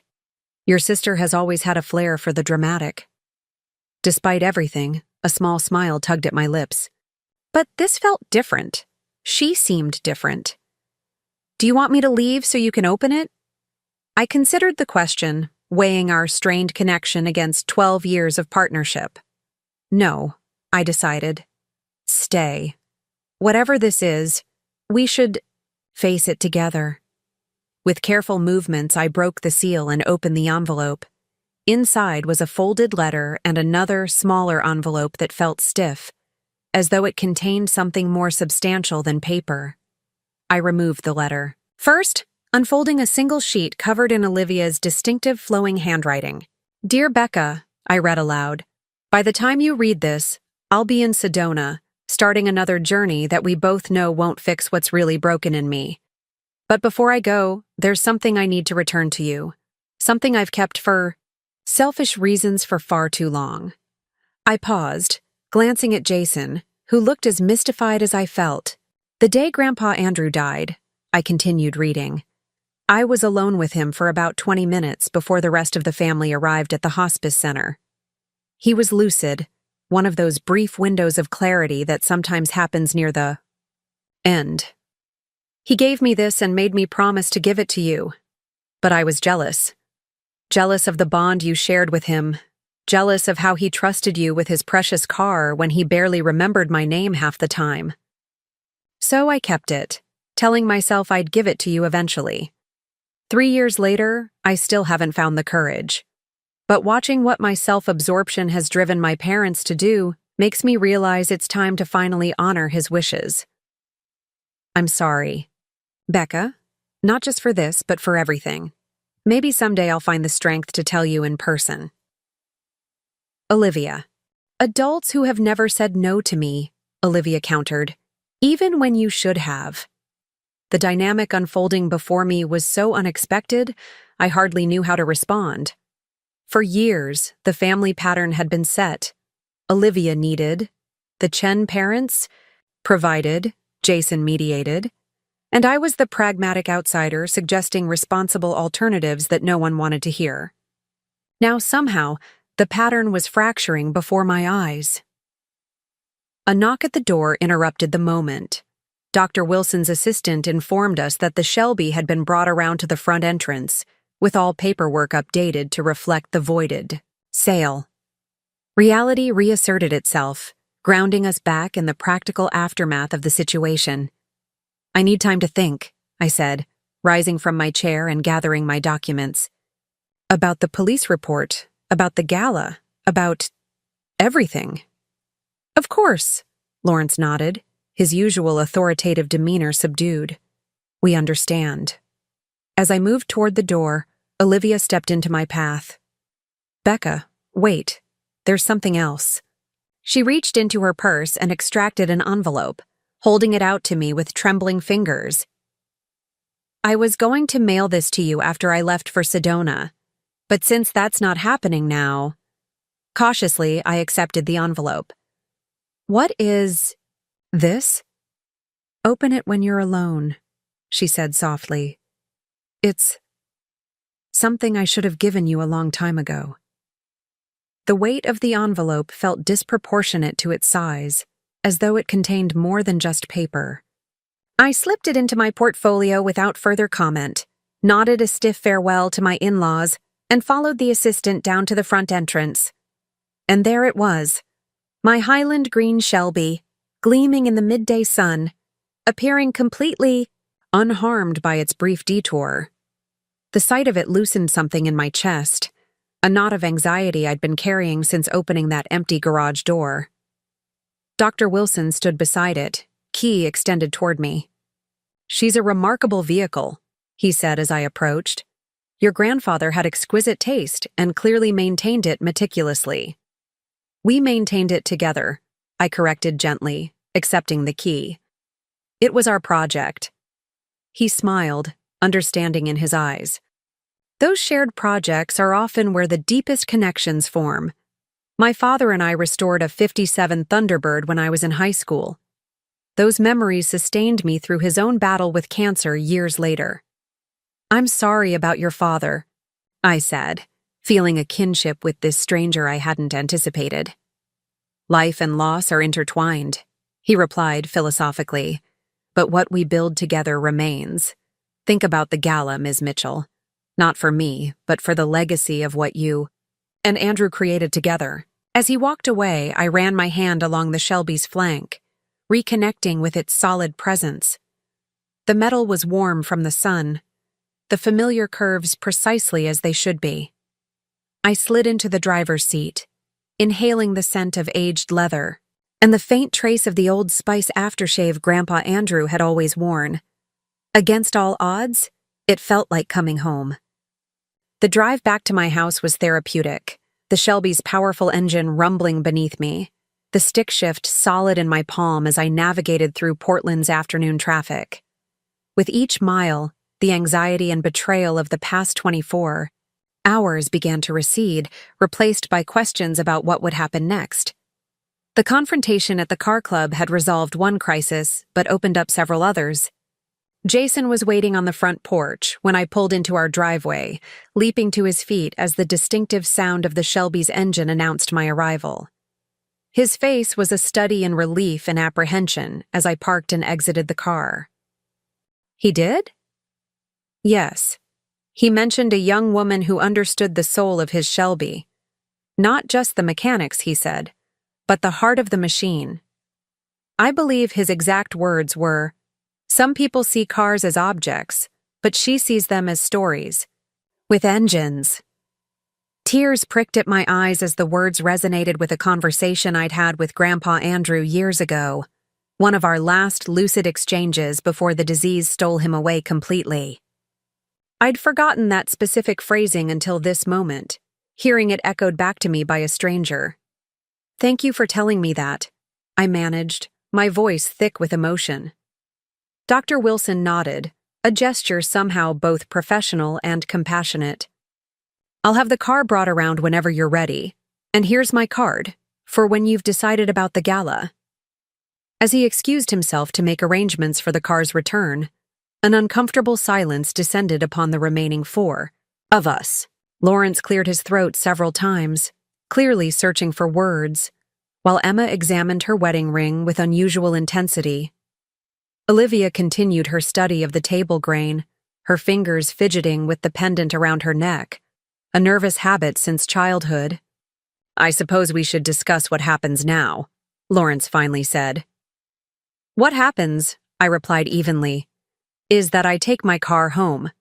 Beyond that, I haven't decided." "The police report," Emma ventured cautiously. "Will you proceed with pressing charges?" Before I could answer, Olivia's head snapped up. "She should," she said, her voice strained but determined. "You committed a crime and I was complicit. We should face the consequences." I stared at my sister-in-law, momentarily speechless. In all the years I'd known her, I'd never heard Olivia acknowledge responsibility for anything that went sideways in her life. Everything was always someone else's fault, or the universe conspiring against her, or Mercury in retrograde. "This isn't helping, Olivia," Emma sighed. "No, Mom. What wasn't helping was selling Becca's car because I convinced you. I needed to go to Sedona to realign my energy or whatever nonsense I was spouting." Olivia's voice rose slightly, color flooding her cheeks. "I've been running from one quick fix to another for years, and you and Dad have been my enablers. And now you've broken the law and risked your reputation to fund another of my escapes." The raw honesty of her statement hung in the air between us. Lawrence reached for his daughter's hand. "We only wanted to help you heal, Livy." "But that's just it, Dad. I'm not healing. I'm running, and I'm dragging all of you down with me." Olivia turned to face me directly. "Becca, I'm sorry. Not just about the car, but for everything." The way I've taken advantage of this family's love. The way I've made you the villain for trying to set reasonable boundaries. I've been selfish and entitled and I understand if you want to press charges. It was perhaps the most surprising moment in a day already filled with revelations. I studied Olivia's face, searching for the manipulation I'd grown accustomed to detecting in her apologies. But all I saw was exhaustion, shame, and something I'd never witnessed in her before: clarity. "Why the sudden insight?" I asked, not unkindly but warily. Olivia's laugh held no humor. "Nothing like watching your parents commit grand theft auto to make you reevaluate your life choices." She twisted the pendant between her fingers.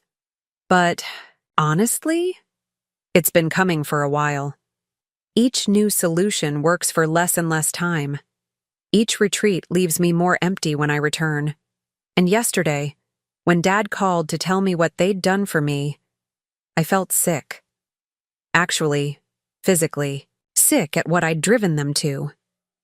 "We made our own choice," Emma interjected. "We're adults, Olivia." "There's a lot you don't know, Olivia, because you've been too busy chasing the next quick fix to pay attention to the family you claim needs to support you." "That's not fair," Emma interjected. "Isn't it?" I challenged.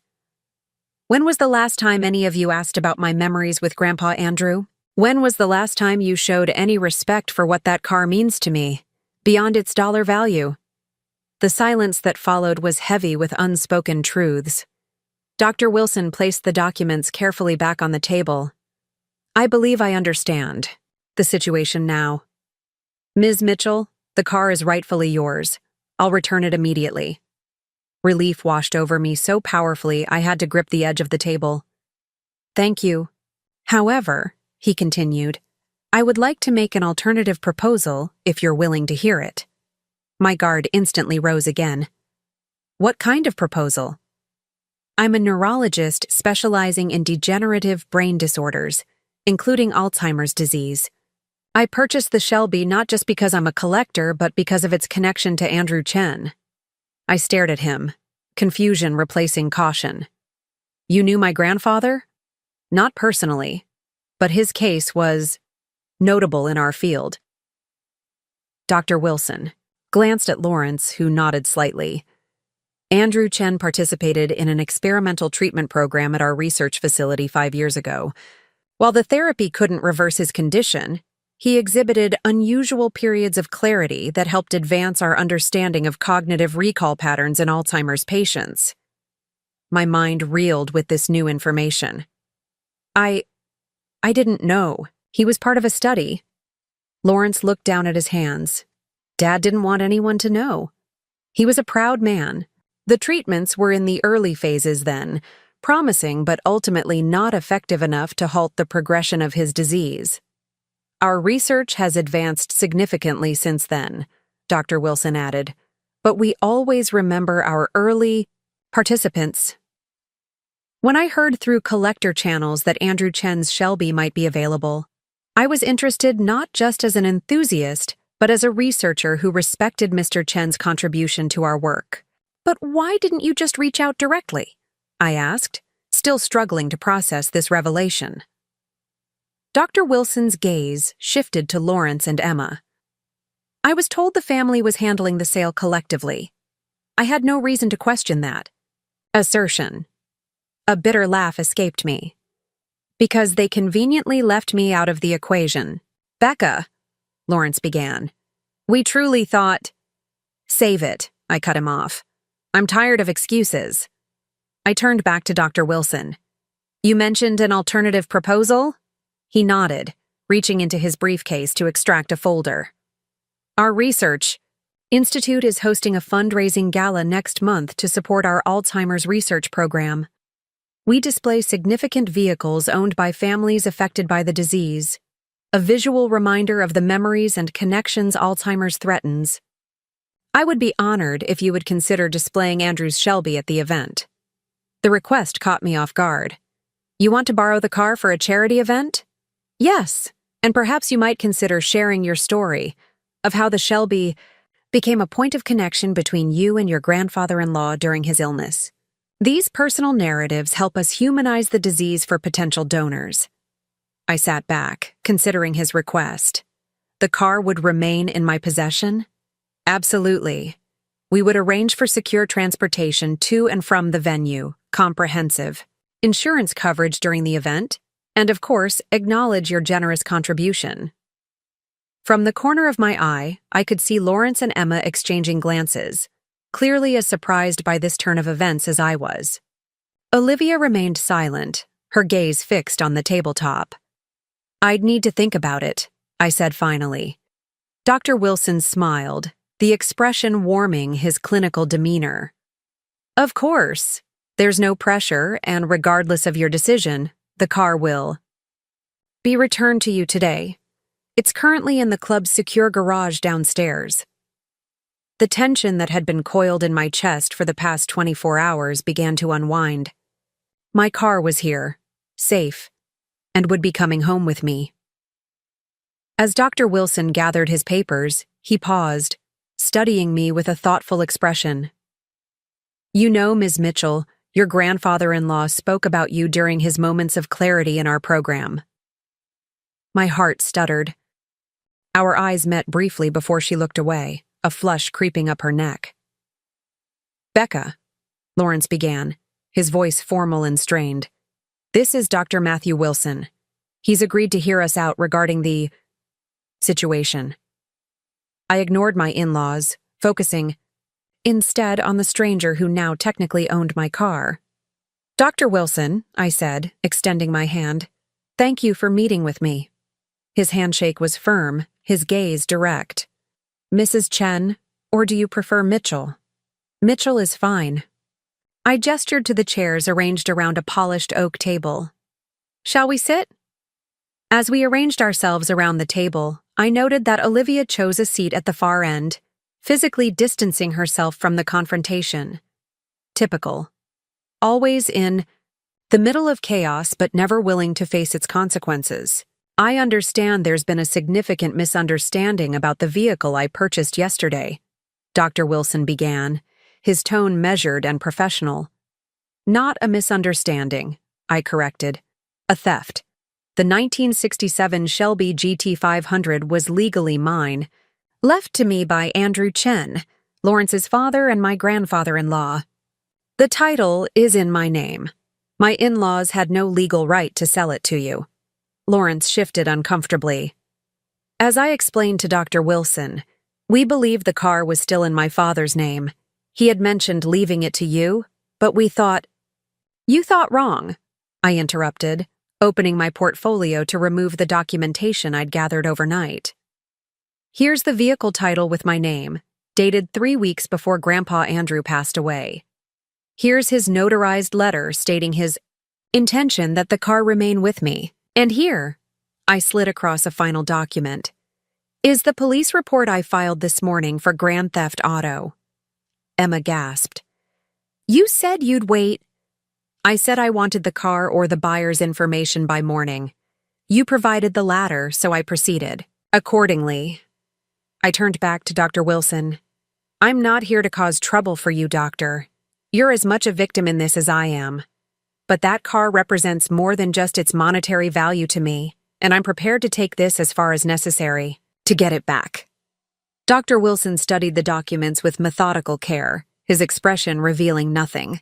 After a long moment, he removed his glasses, polishing them with a handkerchief. A move that reminded me so strongly of my grandfather that my throat tightened. The title is indeed in your name, Ms. Mitchell, he confirmed, which legally makes the sale invalid. He turned to Lawrence and Emma. You assured me you had the right to sell this vehicle. Lawrence's face flushed dark with shame. We genuinely believed we did. My father was not always clear in his final months. We thought the paperwork hadn't been completed. A simple check of the title would have confirmed ownership, I pointed out, unable to keep the edge from my voice. That's quite enough, Rebecca, Emma snapped, her composure finally cracking. We've admitted our mistake. There's no need to humiliate us further. I think selling someone's property without permission goes a bit beyond a mistake. I replied, ice in my voice. And let's be honest about why you did it. To fund another of Olivia's self-improvement schemes. How many is this now? The yoga instructor certification she never completed? The organic skincare line that never launched? The life-changing trip to Bali that somehow didn't change anything? From the corner of my eye, I saw Olivia flinch. Dr. Wilson cleared his throat. If I may interject, while the legal situation is clear, I'd like to understand the personal elements at play. Here, this car seems to hold significant emotional value beyond its considerable market worth. I took a steadying breath. My grandfather, Andrew Chen, taught me everything I know about cars. When I married Jason, Grandpa Andrew took me under his wing. He'd lost his wife decades earlier, and his son, I nodded toward Lawrence, had no interest in automobiles. But I did. The Shelby became our project, our connection. When his Alzheimer's was diagnosed, working on that car with me was one of the few things that still brought him clarity and joy. To my surprise, it was Olivia who spoke next, her voice uncharacteristically small. I didn't know that part, about Grandpa finding joy in the car with you near the end. I looked at her directly for the first time. Becca, I'm so sorry. I had no idea they were planning this. Didn't you? The question hung between us. You knew they had issues with the car being mine. You knew Olivia was asking for money again. You never thought these things might collide? Jason looked stricken. Of course not. I would never have let them. But you did let them, Jason, by not setting boundaries with your family for all these years, by making me the practical villain while everyone enables Olivia. The dam had broken, years of careful diplomacy washed away by this ultimate betrayal. They think they can just take what's mine because it should have been kept in the Chen family. What did they say about getting it back? I pulled out my phone. I told them I want the car back or the buyer's information by morning, or I'm going to the police. Jason blanched. You'd report my parents? They stole my car, Jason. My inheritance. The last piece of my grandfather I had. But filing charges, that would destroy the family. I looked at my husband of 12 years, this man I loved but who sometimes seemed to exist in a different reality than I did. The family is already fractured if they think this was acceptable. And they did it for Olivia. Again. Olivia's struggling. Olivia has been struggling for years. At what point does she take responsibility for her own life instead of vampiring resources from everyone around her? Before Jason could respond, my phone rang. Lawrence's number. I put it on speaker. Rebecca. His voice was subdued. We've spoken to the buyer, explained the situation. He's willing to meet with you tomorrow. He hasn't registered the car yet. Relief washed over me so strongly my knees nearly buckled. Where and when? The Riverfront Classic Car Club. Noon. His name is Dr. Matthew Wilson. I'll be there, I said, ending the call before emotion overtook me. Jason reached for me again, and this time I let him hold me while tears of anger, relief, and lingering. Betrayal soaked his shirt. But even as I accepted his comfort, I knew something fundamental had shifted in our marriage. A trust had been broken, and I wasn't sure yet how, or if, it could be repaired. What I didn't know then was that this meeting would lead to revelations none of us were prepared for, and that the true story of my grandfather's Shelby was more complex and healing than any retreat in Sedona could ever be. I barely slept that night, tossing and turning while Jason snored beside me. Every time I closed my eyes, I saw my grandfather's weathered hands on the Shelby's steering wheel, heard his gentle laugh as he taught me to double clutch on deserted country roads. The betrayal felt like an open wound, made worse by the knowledge that my husband didn't fully understand why I was so devastated. Morning came with aching eyes and a resolve like steel. I dressed with deliberate care, my charcoal pencil skirt, and emerald blouse that brought out the green in my eyes. Professional armor for what promised to be a difficult encounter. Jason offered to come with me, but I declined.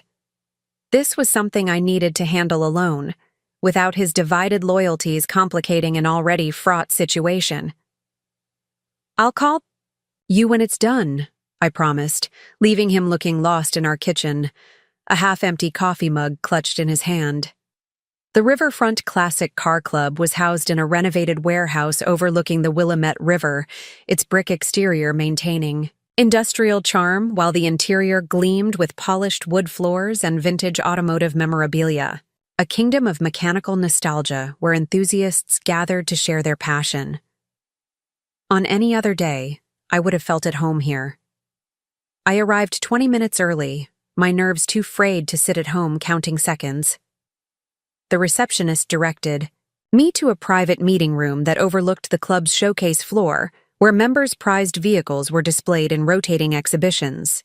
Through the glass wall, I could see a dozen immaculate classics: a midnight blue Jaguar E-Type, a flame-red Ferrari Dino, a pearl-white Mercedes 300 SL Gullwing, their paintwork gleaming under carefully positioned spotlights.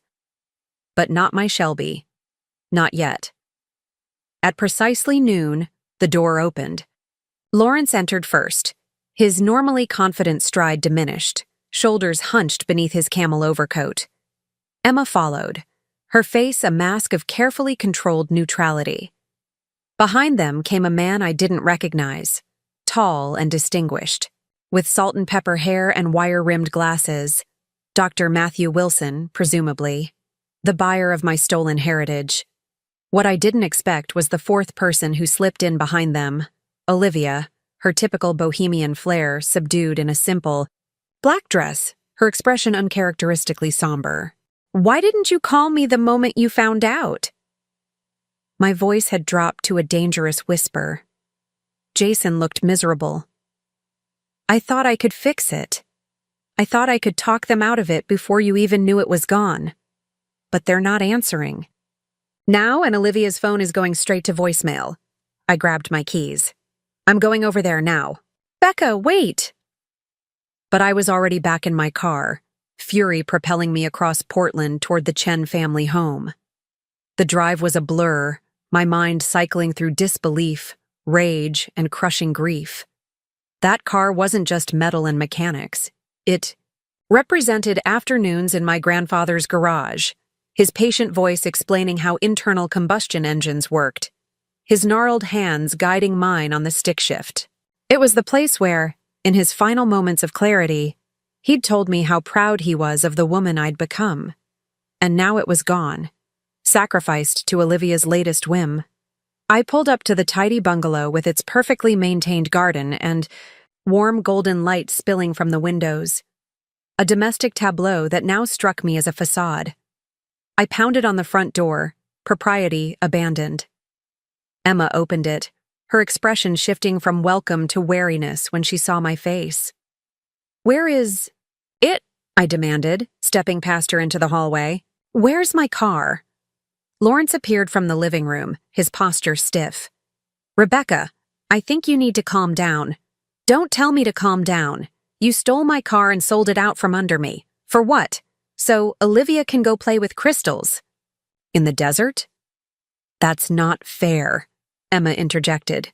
"Your sister-in-law has been struggling, and that gives you the right to sell something that doesn't belong to you?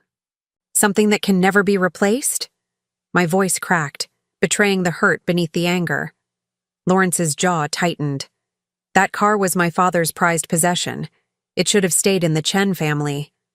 And there it was, the real issue, finally spoken aloud after years of simmering resentment. "Your father gave it to me," I said quietly. "He made that choice. Not because I'm not a Chen by blood, but because we shared something you never bothered to understand." "What we understand," Lawrence replied stiffly, "is that our daughter needs help, and that car was sitting in your garage being of use to no one." I stared at them, these people who had welcomed me into their family 15 years ago, who had attended our wedding with tears of joy, who had always treated me kindly, until their daughter's needs collided with mine. "Who did you sell it to?" I asked, my voice hollow. A private collector, Lawrence answered. The transaction is complete, Rebecca. I'm sorry if this upsets you, but what's done is done. You had no right, I whispered. No legal right. That car was in my name. A flicker of unease crossed Lawrence's face. The title was in my father's name. He told me he was leaving it to you, but the paperwork was completed 2 weeks before he died, I finished. We went to the DMV together. The title is in my name, not his. What you did wasn't just morally wrong. It was illegal. Uncertainty replaced Lawrence's righteous indignation. That's not possible. My father never mentioned... Because he knew how you'd react, I said. He knew you thought that car should go to you or Jason, not to me. Emma placed a restraining hand on Lawrence's arm. If what you're saying is true, why didn't you stop? This? You must have known we had the spare key. Because I trusted my family, I said simply. I never imagined you'd do something like this. The weight of what they'd done seemed to finally settle on Lawrence's shoulders. He sank into a chair, suddenly looking every one of his 70 years. The buyer, I pressed. I need his information. Now. Rebecca? He paid cash. If we try to unwind this, then you'll refund him yourselves, I cut in. Because if I don't have my car back, or the name of the person who bought it, by tomorrow morning, I'm filing a police report for grand theft auto. The silence that followed was deafening. You wouldn't, Emma whispered. I met her gaze steadily. Try me. I left them with that ultimatum hanging in the air, my hands shaking as I drove home. Jason was waiting in the kitchen, his face drawn, with worry. What happened? He asked, attempting to embrace me. I stepped away, not ready for comfort. They sold it, to fund Olivia's retreat and pay off some debts she has. I reached across the table. Emma, I say this with love.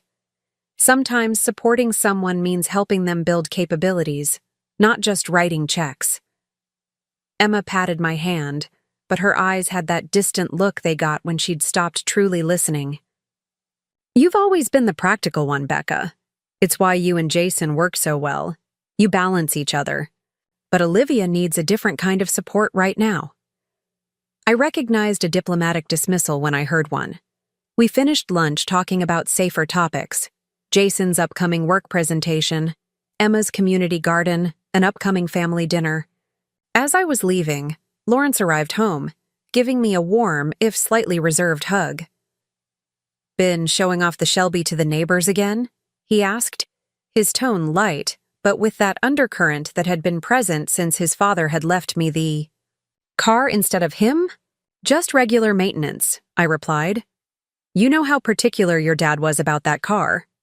Indeed, Lawrence said, his expression unreadable. He always did make unusual choices about who should be caring for his prized possessions. The comment stung, as it was meant to.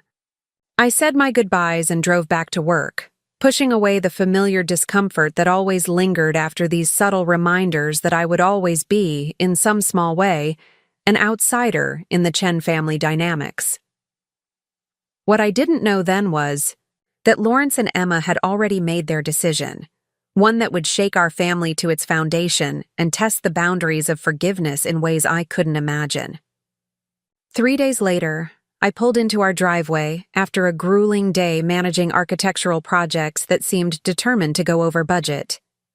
The house lights were on, which meant Jason was home early, a small mercy after the day I'd had.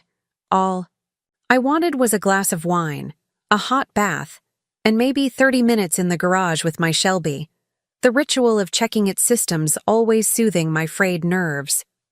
As I unlocked the side door that led directly to the garage, I was already mentally planning which maintenance task I'd tackle tonight.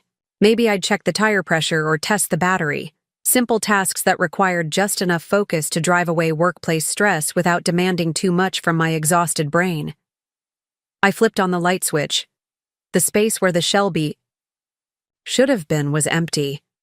For a moment, I simply stared, my brain refusing to process the absence. Had Jason moved it? No, he never touched the car without asking. Had there been a break-in? But there were no signs of forced entry, and nothing else seemed disturbed. "Jason!" I called out, my voice echoing in the too-empty garage. "Jason!" I heard rapid footsteps, then the door from the house swung open. Jason stood there, phone in hand, his expression a mixture of guilt and apprehension. "Where's the car?" I demanded, my heartbeat thundering in my ears. Jason's face confirmed my worst fears before he even spoke. "Becca, I need you to stay calm. Where is my car?" Each word came out like ice. "My parents took it," he said, the words tumbling out. "Dad came by while you were at that site visit in Vancouver. He had the spare key, the one we gave them for emergencies." The room seemed to tilt. They took my grandfather's car? Without asking? Why would they? And then it hit me with sickening clarity. Olivia. They took it for Olivia, didn't they? Jason ran a hand through his hair, a nervous habit since college. "The retreat in Sedona. Dad said they found a buyer for the Shelby. Some collector offered them $25,000 cash. They're giving most of it to Olivia for the retreat and some other debts." $25,000? The laugh that escaped me was bitter. "Jason, that car is worth twice that easily.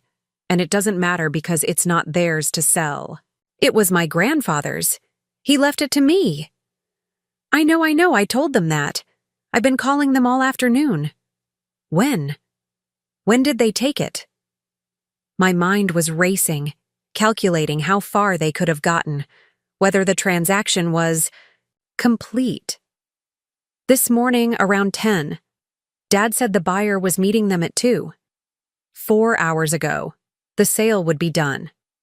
My grandfather's car, the one he'd taught me to drive in, the one we'd restored together during the summers of my teenage years, the physical embodiment of my last connection to him, was gone." In the weeks that followed, we gathered regularly to plan the journey, poring over Grandpa Andrew's map and researching the cryptic annotations that would guide our route. Family therapy continued, sometimes difficult, but increasingly productive, as we developed new ways of communicating and setting boundaries. Olivia progressed in her treatment program. Lawrence shared more memories of his mother that he'd kept private for decades, and Emma found her voice in family discussions after years of defaulting to the mediator role. The morning we set out, Lawrence and Emma in their comfortable SUV that would follow the Shelby, Olivia, Jason, and I taking turns driving the vintage muscle car, Dr. Wilson came to see us off, bringing a final surprise, a journal Catherine had kept during the brief beginning of their interrupted journey, found among Andrew's papers after his death. "One last piece of the puzzle," he said, handing it to me. "Something to guide you as you follow in their tire tracks." As we pulled out of Portland, the Shelby's engine rumbling with eager power beneath us, I felt Grandpa Andrew's presence almost tangibly. The car that had nearly torn the family apart was now literally and figuratively carrying us forward together, a journey of both restoration and discovery stretching out before us. The first destination on our map was a vista point in the Cascade Mountains marked as Catherine's View. Reportedly, the spot where young Catherine Chen had declared it the most beautiful sight she'd ever seen. As we wound up mountain roads, the Shelby handling the curves with the same confidence it had displayed for over 50 years, I reflected on the unexpected path that had led us here. A theft that led to reconciliation, a car that became a catalyst for change, a family fractured and now cautiously reforming around a shared purpose. And through it all, the guiding hand of a man who, even facing the erasure of his own memories, had found a way to create new ones for those he left behind. Behind us, Lawrence and Emma followed in their SUV, while beside me, Jason navigated and Olivia documented our journey with her camera. Ahead lay 2 weeks of discovery, prompted by clues laid down half a century ago by a couple whose adventure had been postponed but never forgotten. As we crested the final curve before Catherine's View, the vista opened before us, a breathtaking panorama of snow-capped peaks, verdant forests, and the distant shimmer of a mountain lake catching the morning sun. I pulled the Shelby to a stop at the designated viewpoint, and we all exited our vehicles in silent appreciation of the spectacular landscape. "I can see why Grandma Catherine loved this spot," Olivia said softly, capturing the view with her camera. Lawrence stood at the guardrail, emotion evident in his usually stoic features. "I never knew Mom liked places like this. Dad rarely talked about their early years together." "Maybe that's part of why we're here," I suggested. "Not just to complete their journey, but to rediscover pieces of them and ourselves along the way." As we stood together, the Highland green Shelby gleaming in the mountain sunlight behind us, I felt a sense of rightness that transcended the pain and conflict of recent months. Grandpa Andrew's final gift hadn't been just a car or even a journey, but a chance for healing, for connection, for transformation. The road ahead would have its challenges, just as our family relationships would continue to require work and conscious effort. But standing there at Catherine's View, surrounded by the Chen family that had become my own, I knew we had already begun the most important journey, the one that would lead us from broken trust to something stronger, more resilient, and ultimately more meaningful than what had come before. And the Shelby, once a point of division, had become our vehicle for getting there, literally and figuratively carrying us forward into a future Grandpa Andrew had somehow envisioned even as his own. Memories faded away.